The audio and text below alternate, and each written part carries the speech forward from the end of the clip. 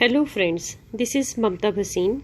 Please do subscribe and like my channel and also give your reviews in comment section. Hello student, this is the history lesson number 1, The Rise of Nationalism in Europe. Student ये आपकी book का compulsory chapter है जो आपको हर condition पर करना ही करना है, क्योंकि ये आपकी कंट्री की हिस्ट्री से रिलेटेड नहीं है, इसलिए आपको इसकी हर टॉपिक हर डेट को अच्छे से पढ़ना भी है और सुनना भी है। ये चैप्टर तब 19th सेंचुरी का है जिस टाइम पूरे वर्ल्ड में नेशनलिज्म कॉन्सेप्ट था ही नहीं और हर कहीं पूरे वर्ल्ड में सिर्फ एक ही सिस्टम कॉमन था और वो था मोनार्की सिस्टम। मोनार्की सिस्टम में ऐसी क्या बात थी कि लोग जो हैं इस सिस्टम को ख़त्म करके इक्वलिटी लाना चाहते थे। तो मोनार्की सिस्टम का सबसे बड़ा ड्रॉबैक क्या था कि जिसके अंदर इक्वलिटी नहीं थी। कंट्री में किसी भी कंट्री के अंदर लोगों को इक्वलिटी नहीं दी गई थी, ना ही इक्वलिटी की फीलिंग डेवलप करी गई थी। नेशनलिज्म की बात हो रही थी, बट इस नेशनलिज्म को कैसे लाया जाए ये लोगों के लिए एक बहुत बड़ी प्रॉब्लम थी, क्योंकि उस टाइम तक राजा होते थे और राजा को कैसे हटाया जाए और नेशनलिज्म का कॉन्सेप्ट पूरे वर्ल्ड में कैसे लाया जाए, इसको लेकर पूरे वर्ल्ड में अलग अलग स्ट्रेटेजीज तैयार करी जा रही थी। अब अगर आप इस चैप्टर के फर्स्ट पेज को अगर आप अपनी बुक से भी देखेंगे तो उसमें आप ये देखिए बहुत अच्छे से कि यहाँ पर लोग एक पर्टिकुलर लाइन के अंदर आ रहे हैं और अपनी अपनी कंट्री का फ्लैग लेकर आ रहे हैं। ये फ्लैग क्यों लेकर आ रहे हैं?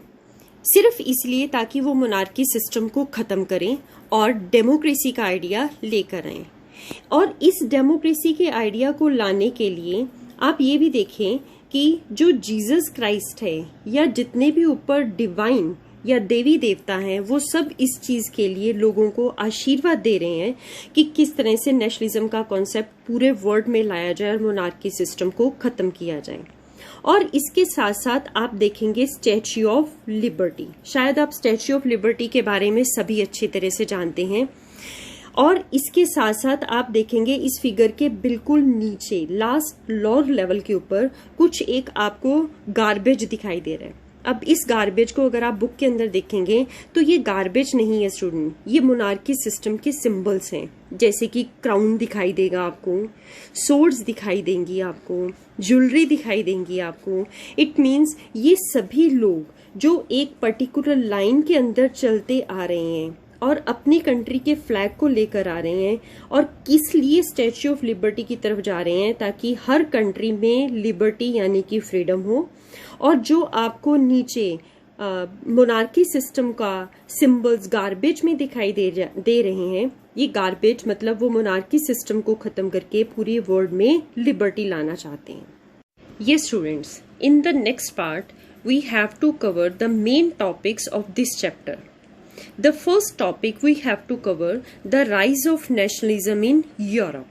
पूरे यूरोप के अंदर नेशनलिज्म का कॉन्सेप्ट कौन सी कंट्री से आया और ये नेशनलिज्म का कॉन्सेप्ट पूरे वर्ल्ड में लाने के लिए सिर्फ एक ही कंट्री को क्रेडिट जाता है और वो है फ्रेंच रेवोल्यूशन। फ्रांस एक ऐसी कंट्री थी जिन्होंने फर्स्ट पूरे वर्ल्ड में नेशनलिज्म का कॉन्सेप्ट दिया, यानी कि मोनार्की सिस्टम को खत्म करके डेमोक्रेसी के आइडियाज को पूरे वर्ल्ड के अंदर फैलाया। और साथ ही साथ उन्होंने नेशन स्टेट का कॉन्सेप्ट दिया।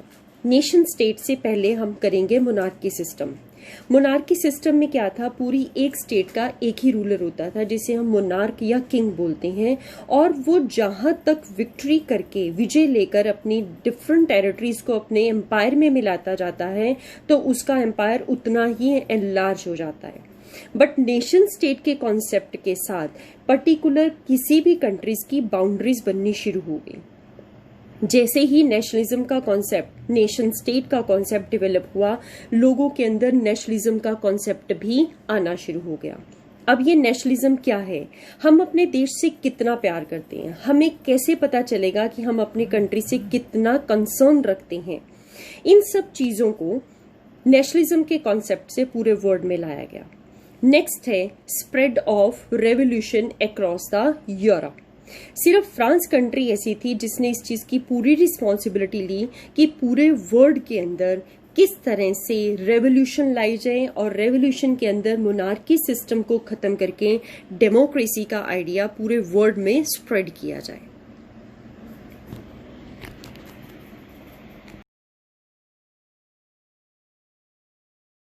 अपनी कंट्री से कंसर्न दिखाने के लिए उन्होंने डिफरेंट प्रैक्टिसेस को अपनी कंट्री के अंदर डेवलप किया। अब हम नेक्स्ट स्लाइड के अंदर वो सारे टॉपिक करेंगे जिससे आपको ये चीज क्लियर हो जाएगी कि फ्रेंच रेवोल्यूशन ने पूरी वर्ल्ड के अंदर नेशनलिज्म का कॉन्सेप्ट कैसे दिया। ये students, we have done the French Revolution and the idea of nationalism. Under this topic, we have to conclude one more question, students. What were the effects of the French Revolution on Europe? Under this, you have to do the 4 points. Students, you have to write down these points in your notebook also.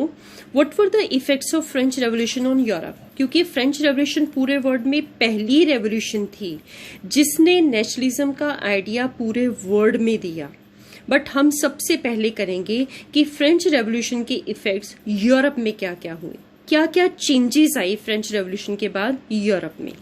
तो first change we will do the middle class setup the Jacobin clubs. Jacobin clubs, जब middle class लोगों ने अपने छोटे छोटे clubs बनाने शुरू कर दिए जहां पर लोगों के पास अपने राइट्स थे, वो अपनी पॉलिटिकल लेवल पर, सोशल लेवल पर अपने अपने व्यूज दे सकते थे। Next effect was the French armies established their rules. Next one, in Holland, Belgium, Italy and Switzerland. ये वो एरियाज थे स्टूडेंट जहां पर फ्रांस आर्मी ने अपने अपने रूल बनाने शुरू कर दिए थे। And increase the taxes, forced recruitment, censorship in French armies. So these were the effects of the French Revolution on the Europe.